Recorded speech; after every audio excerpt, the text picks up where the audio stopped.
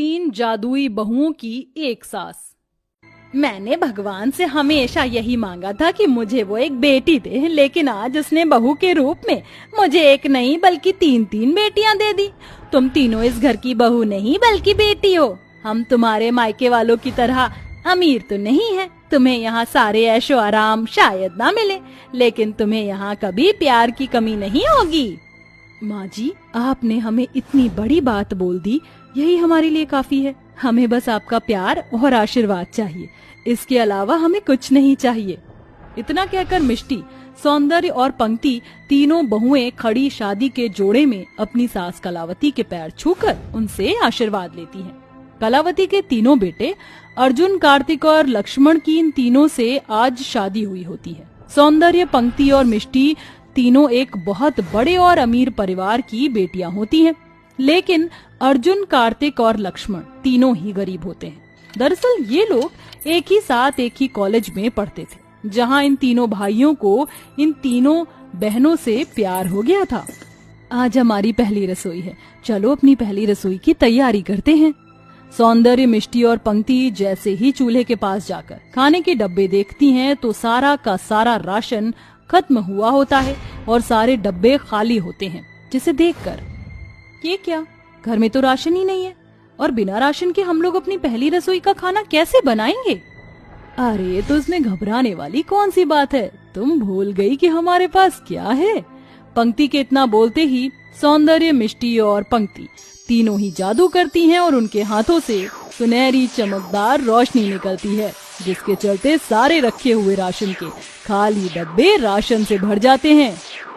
चलो अब राशन तो भर गया, अब जल्दी से अपनी पहली रसोई का खाना बनाते हैं। इतना बोलकर तीनों बहुएं जल्दी जल्दी बहुत सारा खाना बनाती हैं और ले जाकर सबको परोसती हैं। इतना स्वादिष्ट भोजन देखकर कलावती और उसके तीनों बेटे हैरान हो जाते हैं। बहू, घर में तो राशन कब का खत्म हो गया था, तो तुम तीनों ने ये खाना कैसे बनाया, वो भी इतना सारा? और हमने तो तुम्हें पैसे भी नहीं दिए थे, तो ये सब कैसे? जब हम सुबह चूल्हे के पास गए तो सारा राशन खत्म हो गया था, इसलिए हमने बाहर से राशन मंगवा लिया था। हमारे पास पैसे थे। लेकिन बहू, तुमने राशन क्यों मंगवाया? ये सब अच्छा थोड़ी ना लगता है।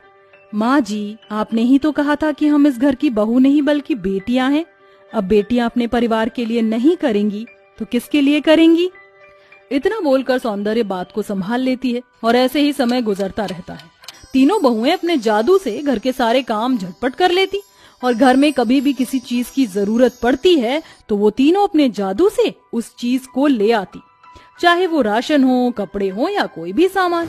ऐसे ही समय गुजरता है और एक दिन, पंक्ति, सौंदर्य, दिवाली आने वाली है, चलो मिलकर दिवाली की सफाई करते हैं। माँ जी मंदिर गई हैं, उनके आने से पहले ही हम सारी सफाई कर देते हैं। माँ जी ये सब देखकर बहुत खुश हो जाएंगी। हमें सफाई करने की क्या जरूरत है, हमारा जादू है ना, हम अपने जादू से उसके बाद दिवाली का सामान भी ले आएंगे। इस बार माँ जी और हमारे पति खुशियों भरी दिवाली मनाएंगे। इतना बोलकर तीनों बहुएं अपने जादू से घर की सफाई करने लगती हैं, लेकिन तभी अचानक उनकी सास कलावती आ जाती है। कलावती जैसे ही अपने घर के दरवाजे आती है तो देखती है कि झाड़ू अपने आप सफाई कर रही है और पोछा अपने आप पोछा लगा रहा है और उसकी तीनों बहुएं जादू करके घर में दिवाली का सारा सामान ला रही हैं। ये सब देखकर कलावती बहुत डर जाती है और चिल्लाते हुए कहती है, ये भगवान, कौन हो तुम तीनों? तुम तीनों कोई जादूगरनी हो ना, या कोई चुड़ैल डायन? कौन हो तुम तीनों? आप गलत समझ रही हैं माँ जी, हम कोई चुड़ैल डायन या जादूगरनी नहीं है, हम तो इंसान हैं। तुम तीनों कोई इंसान नहीं हो सकती, इंसान जादू कैसे कर सकता है? सच सच बताओ कौन हो तुम तीनों, या मैं तांत्रिक बाबा को बुलाऊं? आपको ये सब करने की कोई जरूरत नहीं है, हम तीनों आपको सारी सच्चाई बताते हैं। मिष्टी, पंक्ति, अब माँ जी को सारी सच्चाई बताने का समय आ गया है।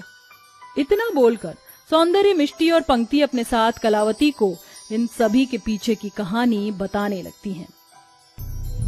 प्लीज जल्दी से गाड़ी चलाइए, मुझसे बर्दाश्त नहीं हो रहा है। बस थोड़ी देर और अंजना, हम सब अस्पताल पहुंचने ही वाले हैं, बस थोड़ी देर और।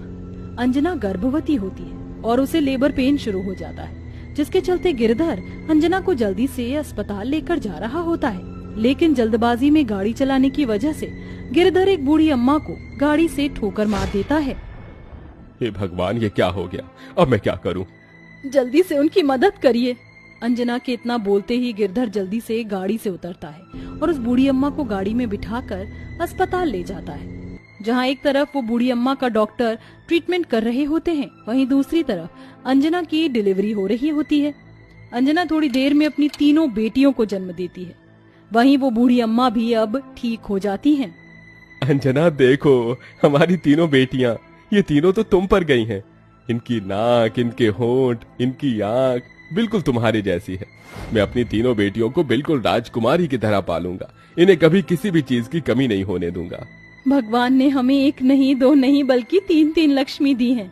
आज भगवान ने मेरी झोली खुशियों से भर दी है। सुनिए जी, उन बूढ़ी अम्मा का क्या हुआ जिनका हमारी गाड़ी के साथ एक्सीडेंट हो गया था? क्या अब वो ठीक हैं? ये तो मैं डॉक्टर से पूछना ही भूल गया। तुम आराम करो, मैं डॉक्टर से उनके बारे में पूछ कर आता हूँ। इतना बोलकर गिरधर जैसे ही जाने के लिए पीछे मुड़ता है तो देखता है कि वो बूढ़ी अम्मा गिरधर के पीछे ही खड़ी है। अरे अम्मा, आप तो बिल्कुल ठीक है। आपको तो काफी सारी चोट लगी थी। हाँ, मैं ठीक हूँ। अगर तुम मुझे हॉस्पिटल नहीं लेकर आते तो भी मैं ठीक ही रहती। मुझे कुछ नहीं होता। लेकिन कैसे अम्मा? अंजना के इतना बोलते ही वो बूढ़ी अम्मा एक सुंदर परी के रूप में बदल जाती है, जिसे देखकर अंजना और गिरधर दोनों ही हैरान हो जाते हैं। मैं कोई इंसान नहीं बल्कि परी लोक की एक परी हूँ। मेरा नाम जैस्मिन है। मैं धरती लोक पर घूमने के लिए आई थी, इसलिए मैंने एक बूढ़ी औरत का इंसानी रूप लिया था। तुम्हारी पत्नी गर्भवती थी, लेकिन तुमने मुझ घायल की भी मदद की और मुझे अस्पताल लेकर आए। तुम चाहते तो मुझे वहीं पर छोड़ सकते थे, लेकिन तुमने ऐसा नहीं किया। तुम्हारी इस दरियादिली से ये साबित होता है कि आज भी लोगों के अंदर इंसानियत है। इसलिए आज मैं तुम्हारी इन तीनों बेटियों को एक वरदान देना चाहती हूँ, और वो वरदान ये है कि इन तीनों के पास आज से जादुई शक्तियाँ होंगी और ये तीनों जादुई शक्ति से हर किसी की मदद कर सकती हैं।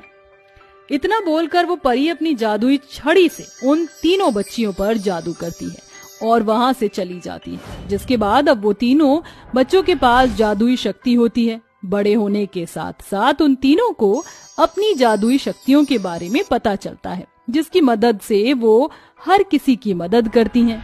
गरीबों को खाना देकर, प्यासे को पानी पिलाकर और लाचार की मदद करके। सौंदर्य, मिष्टी और पंक्ति ये सारी बात अपनी सास को बता देती हैं, जिसे सुनकर तुम तीनों तो सच में लक्ष्मी हो। मैंने तुम तीनों को गलत समझा, मुझे माफ कर देना। माँ जी, आप हमसे माफी मत मांगिए। आप तो हमारी माँ हैं और एक माँ अपनी बेटियों से कभी माफी नहीं मांगती है। इतना कहकर तीनों बहुएं अपनी सास के गले लग जाती हैं, जिसके बाद तीनों बहुएं अब दोबारा से जादू करती हैं और देखते ही देखते उनका छोटा सा घर एक बड़े से महल जैसे घर के रूप में बदल जाता है और वो तीनों अब अपने जादू से अपने पतियों का नया बिजनेस भी खुलवा देती हैं, जिसके बाद अब तीनों बहुएं अपने परिवार के साथ खुशी खुशी रहती हैं और आज भी वो हर जरूरतमंद इंसान की मदद करती हैं। ममता अपने पति मोहन और 3 बेटियों के साथ गरीबी में एक छोटे से कमरे में रहती थी। जहाँ तीनों बेटियां कमरे के कोने में बैठी होती हैं, तभी ममता मोहन से कहती है,